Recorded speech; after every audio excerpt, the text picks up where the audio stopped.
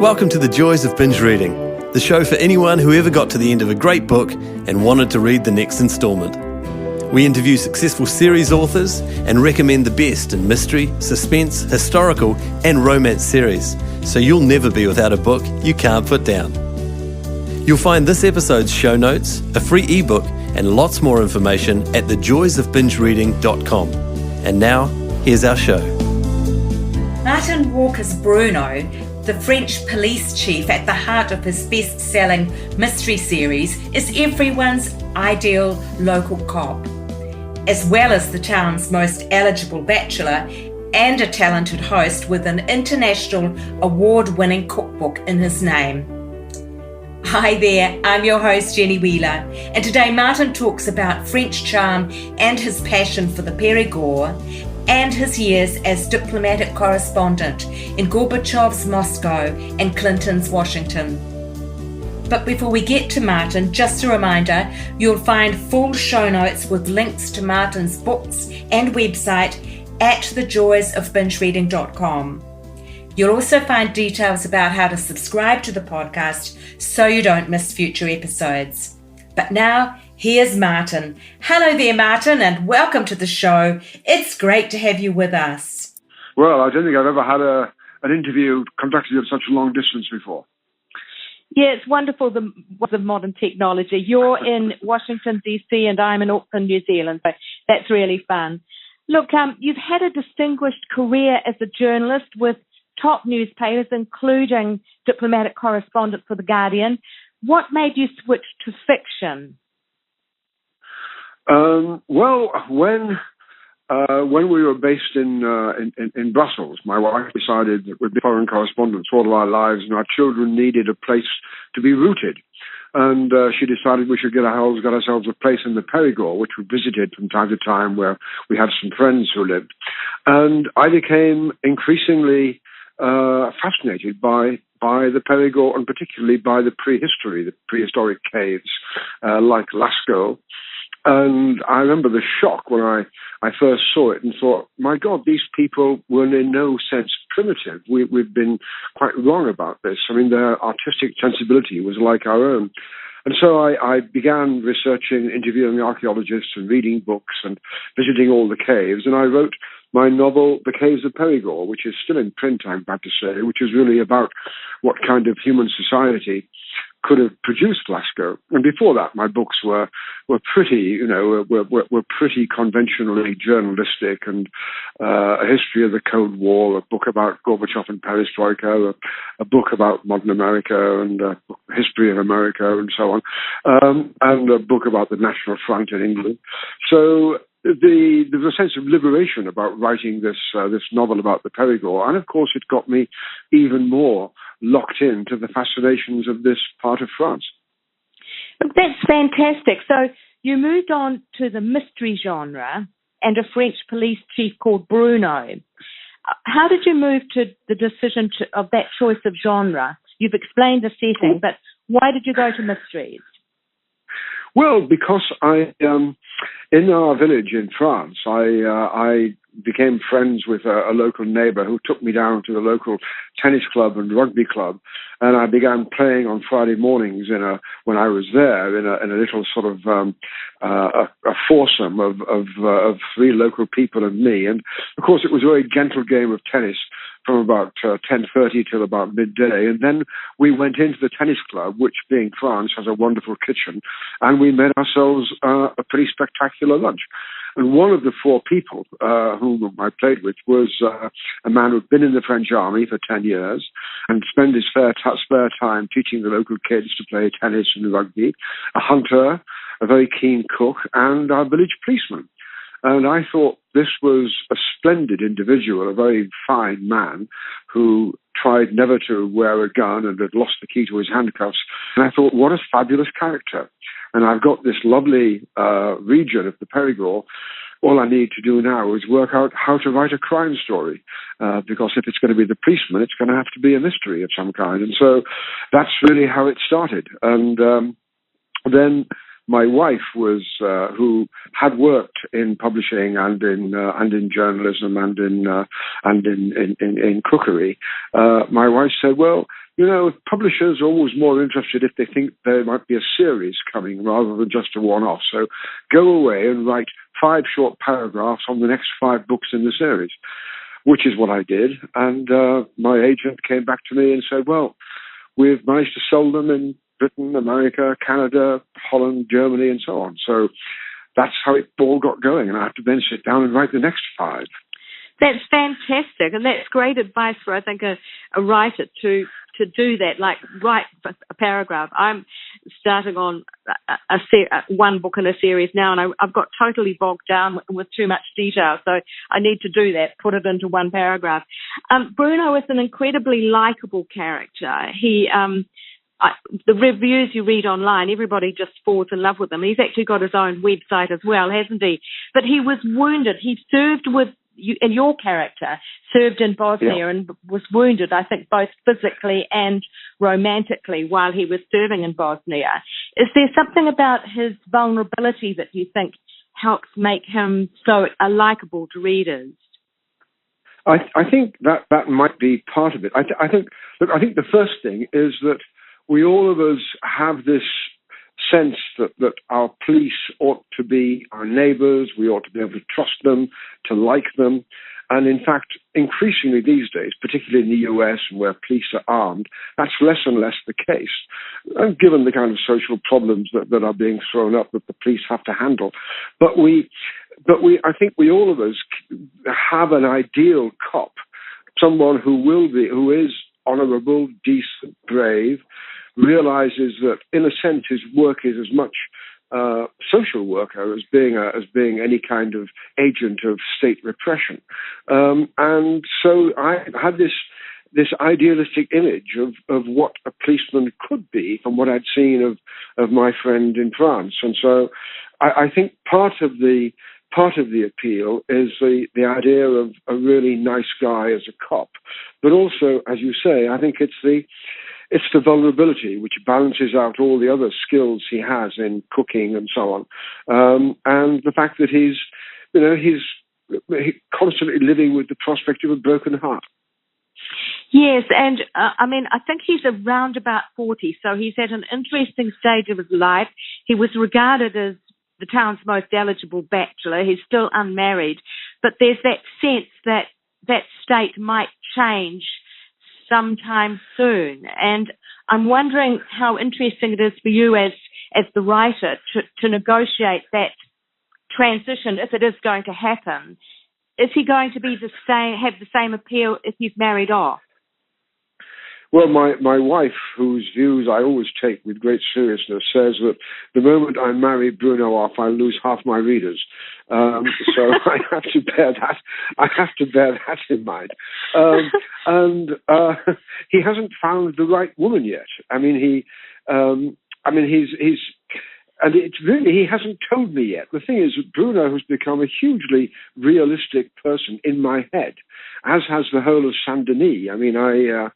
The people who live there and so on. They're as real to me as are my real neighbours.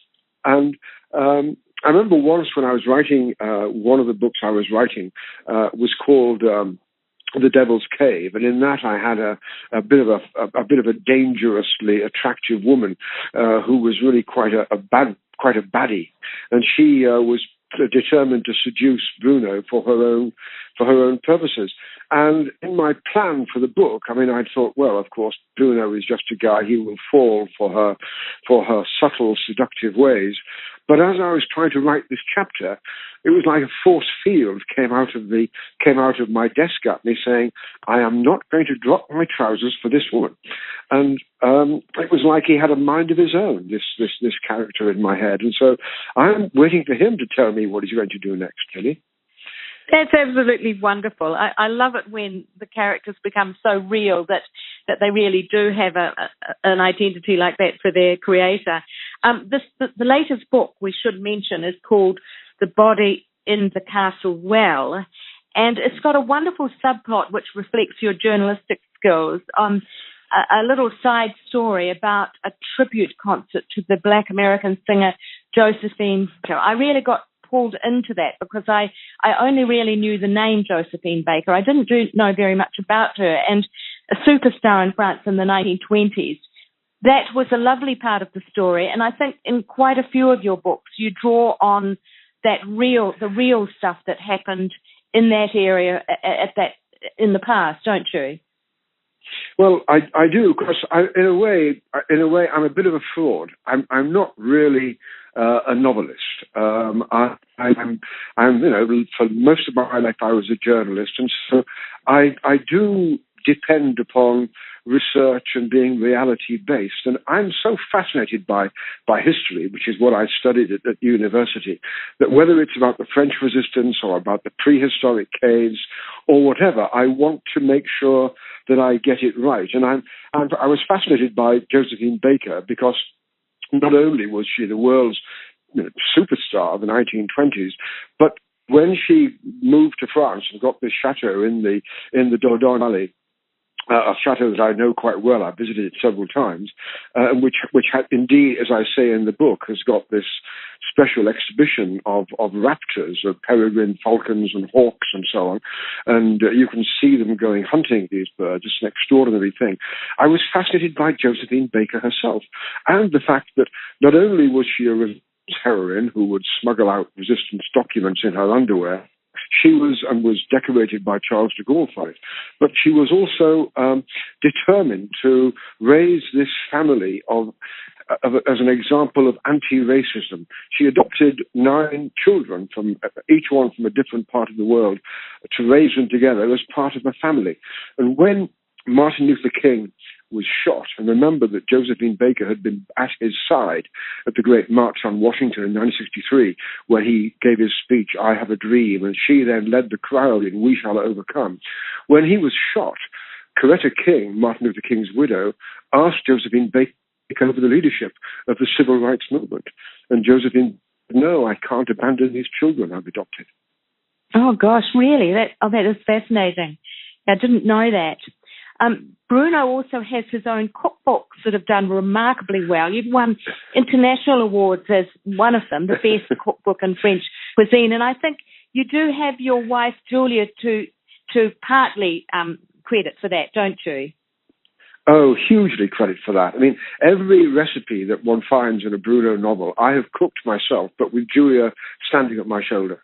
And Julia, who was also a journalist and wrote for Gourmet magazine about food for the Washington Post and so on, she is an extraordinarily good cook. And so when some of my publishers said, "You must do a Bruno cookbook," I at once turned helplessly to my wife and said, "You've got to come in on this." And so, yes, and Julia is, without Julia, we probably wouldn't be in the Périgord. I wouldn't have been writing a Bruno series, and I certainly wouldn't have produced a cookbook. So it's really all down to her. And I think you've got a second one is it due out soon? It came out. We launched it at the Frankfurt Book Fair in October. It's called Bruno's Garden Cookbook. It's a lot more about our garden and the way that become increasingly, I think, green. We're not vegetarians, not at all, but we're increasingly delighted by the idea of living on our garden, from our garden. That's lovely. I should warn people that are listening that a lot of reviewers say that they get very hungry while they're reading Bruno novels. Well, my wife says with every novel comes 2 more kilos. You enjoyed very strong following in Germany, and I think there's a French-German TV series being made on the Bruno series, and some of your works are published first in Germany. How did that link come about? Well, I've got this absolutely stupendously good German publisher called Diogenes. And when they first decided that they would take on my novels, I was invited to dinner with the founder of the company, an old man called Daniel Kael. His son has now taken over. And Daniel at dinner said, "Well, Martin, we're going to be behind you, but you have to be behind us. And that means I'd like you to promise me this evening you will do at least 2 weeks book tour every year in Germany." And I said, "Well, okay, but why is that so important?" He said, "Because in Germany, they don't just want to read, so they want to see him, they want to hear him, and they want to smell it. They want to really feel what an author's like." And it turns out that in Germany, there is this huge tradition of authors' readings, and partly because they have fixed prices on all book sales. Every small town in Germany has its own bookstore, and it acts like a kind of a cultural centre, and it brings in authors on a regular basis for readings. And so this last tour I did in October, I actually did my 500th reading in German language countries, Germany, Austria, Switzerland. And and we've worked out something like over 40,000 people have actually, attended live these events. And that built an extraordinary kind of loyalty base, I think. And I rather enjoy it, partly because I believe we should all have fun. So sometimes I will sing and so on, and try and make a bit of a show of it for them. I mean, whenever there's a song taking place in the book, I will sing the song. That's wonderful. Now, do these readings in English or German? I do them. Well, my German has got a lot better. I always start off giving a talk in German, and then there'll always be a German actor to do the German bits. I will English. The end we'll do Q&A in German. But I've learned more about Germany thanks to Bruno in these last few years, and indeed I've seen more of Germany than most Germans. That's fantastic. Now, getting back to the TV series, how far along is that? And are we likely to ever see one in English? I mean, I think it obviously lends itself beautifully to TV. Well, I don't know. I mean, I know that there's a meeting set up at the Cannes Film Festival in which the French and German people are going to be talking to one of the big American groups about whether whether they can work together on this. We will see. I don't know. It's up to I'm just so ignorant of this entire world. I leave these matters to my excellent literary agent. And yes, yeah. I just if it comes about, it all comes about. If it doesn't, well, c'est la vie, Yes. Did you have any idea when you wrote the first Bruno that you'd still be writing Bruno nearly 10 years later? No, it's more than 10 years later now. No, is it? I really didn't. Yeah, the first one came out in 2008, so I didn't have any idea it would go like this. And not even when Julia made me write these 5 paragraphs about the next ones in the series. But it's just been. I think I've been very, very lucky in that I was I was the first person to try and make the Périgord itself and its history and its prehistory and its food and its wines into a character. I mean, because it's very much about this region, and so people just sort of, I think, very much responded to this sense of place that the Périgord gives to the novels. Yes, and I think you're a member of one of the Gourmet groups there. You've been very much honoured as a member of the community these days, haven't you? Well, they've been terribly nice to me and very welcoming to me and to the family and to our basset hound. And so yes, I was elected a Grand Consul of the Consulat de la Vigne de Bergerac, which was a body set up back in the year 1254. Oh my gosh! To uphold the quality of Bergerac wines, and I'm also a Chevalier Foie Gras and one or two other things like that. And they couldn't have been nicer to me. Yes. Yeah, that's lovely. That's lovely. Perhaps just moving on to your wider career, some of the books you've written sound fascinating, and they do reflect your career as a foreign correspondent. You covered the end of communism in Moscow, you covered Clinton's Washington, and the unhappy story of the EU and Brussels. What would you say that were the most interesting things that stand out for you? And would you have predicted Brexit back then? Well, I mean, there was a number of events that stand out. One of them was I got to know Margaret Thatcher quite well when I was in Moscow, because she'd read my book about Gorbachev and Perestroika, which came out very early in '86, and she liked it, and she would make a point of, whenever she was in Moscow, of having a quiet, private chat with me. And I would go and see her after she, no longer became Prime Minister. I never voted for her, but I admired the hell out of her as a woman, as a human being. And so being with her in Moscow and sitting outside the room in the Kremlin where she and Gorbachev were talking and hearing gales of laughter coming from inside. And then at the Malta summit in 1989, when George Bush met Gorbachev for the first time, they were planning to meet in ships in the harbor, and there was a huge storm came up. George Bush was trapped on his American battleship. Gorbachev was on a Russian cruise ship on it with him, and I suddenly found myself with Gorbachev and Edward Shevardnadze, the foreign minister, at the bar having coffee because there was nothing else to do because they couldn't, Bush couldn't leave his boat, and so having this impromptu chat with Gorbachev and Shevardnadze was great fun. And then I remember after Moscow, the Guardian made me moved me to Washington. And I went down to see Clinton in Arkansas, whom I'd known from university days at Oxford. And he said, well, what are you up to now? And I said, well, I'm, as well as doing the Guardian stuff in Washington, I'm working on a book on the history of the Cold War. And he said, Martin, he said, all of our lives, great power relations have been about missile throwweights, and the meetings have been arms control summits, and we're heading into a new world. It won't be geopolitics anymore. It's going to be geoeconomics. Instead of missiles, it's going to be your trade figures. And instead of arms control summits, it's going to be economic and trade summits.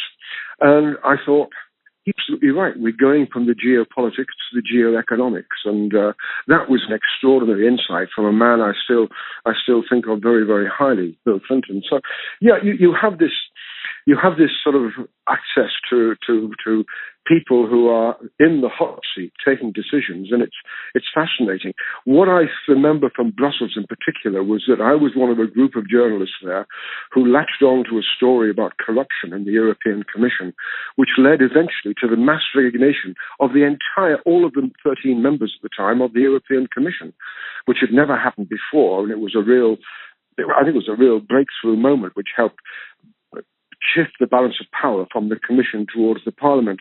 And I remember thinking then that unless they really cleaned up this mess in Brussels, it was going to be very, very hard to get people to carry on supporting it. And sadly, they haven't really cleaned it up quite enough, I think. Yeah. It sounds I haven't followed it at all closely, but sitting on the other side of the world, it sounds as if the anti-Brexit people in Britain at the time of the referendum just did a very poor job of representing what the full significance of the change was. That they've got themselves into a real hole now, haven't they? How do you think it's going to end? Well, I think you're absolutely right. Yes, they didn't campaign well, and they were up against a big lie from Boris Johnson and the Brexiteers about how much money would be coming back to England if we left the EU. And it reminds you, there's that poem, the poem of W.B. Yeats, Easter 1916, when he says, the best lack all conviction and the worst are full of a passionate intensity. And in Brexit, those of us who were in support of staying, we lacked all conviction because we had our own critiques of the European Union. I think the fisheries policy is an economic crime, and I think the agricultural policy of the EU has been a disaster. However, saying all that, on the balance, I think it's to stay together and fix it. By contrast, the people who hated Europe, wanted to be out of it, they had this passionate intensity. And that's a very powerful tool in politics. So whether we can, at the last minute, sort of save ourselves from what will be a really grim economic future if we're out there without a deal, we will have to see. Yeah. Look, switching back to your writing career, is there one thing you've done perhaps more than any other that you see as the secret of your success as a fiction author particularly? I don't know. I think one thing has always been prepared to go and do these readings, not just in Germany or in Switzerland, but elsewhere. I mean, I've done them in Italy. I've done a lot in England. Every year, I'll do a couple of tours in the US. So I think that's been something. And then secondly, I think everybody in the world has a soft spot for something about the French way of life. I mean, however much we want to criticize France as a country or French politicians, there is something about the whole way of life, from the scent of warm croissant to the ooh la la, or to the whole French approach to life, which we all find extremely seductive. And so I think I've been very, very lucky in writing about La Belle France and finding that I'm in a part of France which is absolutely unique and magical. I still delight in being in the Périgord. That's wonderful. You split your time now, I think, between Washington and the Périgord, do you? I'm sort of, I guess, about 3 months of the year I'm on the road doing book tours and promotion events and so on. But about half the year I'm in the Périgord, and the rest I'm in Washington, or indeed in London. And I'll be in London for Christmas, for example, for the usual family event. Oh, great. Yeah. Look, turning to Martin as reader, because this is called The Joys of Binge Reading. I don't know if you've ever really had much time for binge reading, but are there other people that you read for your entertainment, not for your research? And have you any recommendations for listeners? Oh, yes. I mean, my classic binge read is a man called Patrick O'Brien, who wrote a series called about the Master and Commander series about Jack Aubrey, a swashbuckling English naval officer in the Napoleonic Wars, and his great friend Stephen Maturin. I've read them all through at least 3 times, which probably came from as a boy. I was fascinated by Hornblower and his series. I've always loved Sherlock Holmes, who I think is a master, but I've also enjoyed the other books of Conan Doyle, in particular his historical novels, Sir Nigel, The White Company, about the 100 Years' War, which meant that I knew an awful lot about the 100 Years' War before I actually came to the Périgord. And then I do enjoy a lot of science fiction, a lot of speculative fiction, which explores alternative ways in which the human race will respond to its environment. So I always love the novels of Stephen Baxter. I think Robert Heinlein is an absolute classic. His novella, The Moon is a Harsh Mistress, I think is an absolute jewel of its kind, in which he tries to imagine what an entirely free market society might be like. And then there's the Ben Bober's Red Mars, Green Mars, Blue Mars series, which I think are just terrific.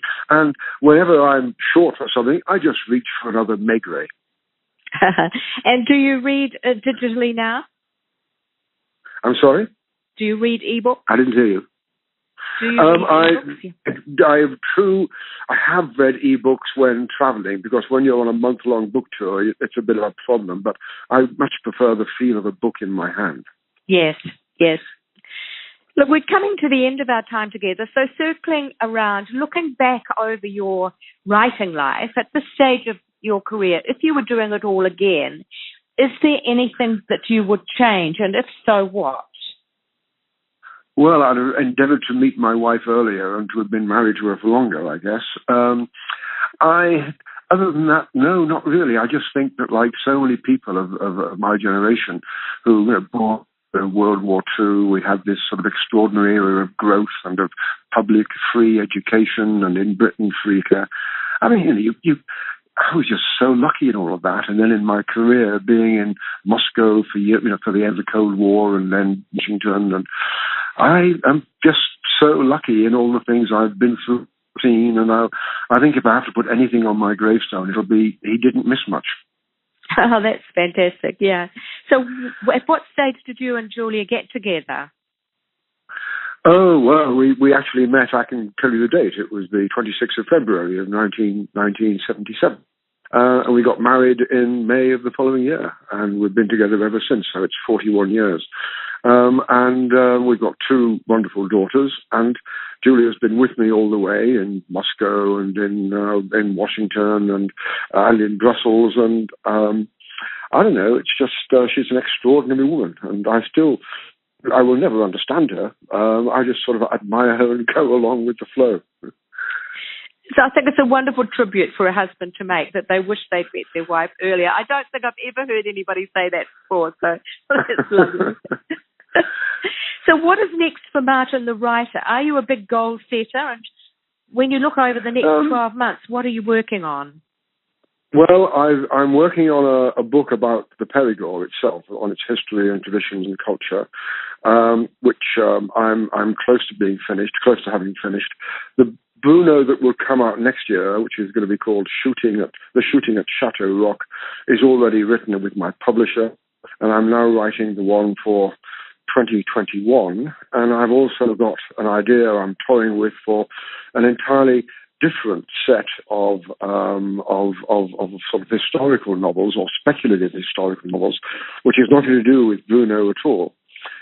And it's so I have all of these things, and then of course I write a column about wine every month for a British paper and for a German magazine, and I do keep busy, which is the best thing that can happen to anybody at this age. Yeah, absolutely.